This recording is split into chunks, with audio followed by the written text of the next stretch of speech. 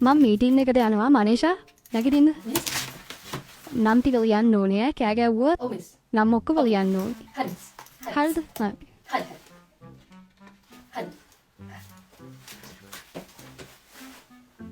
Hello කෑ ගහන්න එපා. දැන් මම මිස් කිව්වනේ නම් ලියන්න කියලා. ඔයාලා කෑ ගහන්න එපා. යාළුවෝ කියලා බලන්නේ නැහැ. හරිද?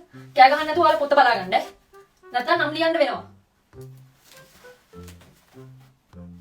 net me. ඇයි හලෝ හරියට එක කුටු කුටු ගන්නනේ? හරි කෑ ගහන්න එපා. මේ කතා කරන්නත් එපා. පොතක් බලාගන්නකෝ හලෝ ඔයා. ලියනවා හරිද? පියුමි. මම දැක්ක කතා කරනවා. වතුර බෝතල ඉල්ලුවා කියලා එහෙම දෙයක් නැහැ. මම ඔයාගේ නමත් ලියනවා. නෑ ලියනවා නෑ යාළුවෝ කියලා නෑ හලෝ. නිපුණි. ඇයි? ලියනවා තමයි. ඉතින් ඔයාලා කතා කරන්නේ නැතුව හිටියනේ ඉවරයිනේ. ඉතින් කතා කරන්න මම මිස් කියලා ගියා හලෝ. පොත බලන්න ඉතින්. හන්සි ඔයාලට මම කිව්වා හලෝ. නෑ දැන් මම හලෝ ඔයාලගේ නම් කිය ඉන්නේ නිකම්ම ලියනවා.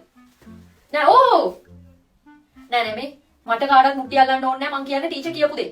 හරිද? මං කරන්නේ ටීචර් කිය දේ.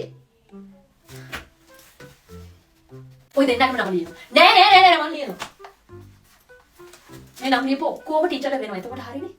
සින්දු හලෝ ඇයි ඔයාලා සින්දු කියන්නේ කියන්නකෝ. ටීචර් කියවම. පොතේ ලියලා ලිස්ට් එක දෙනවා. බෝඩ් එකේ ලියන්නේ. කවුද?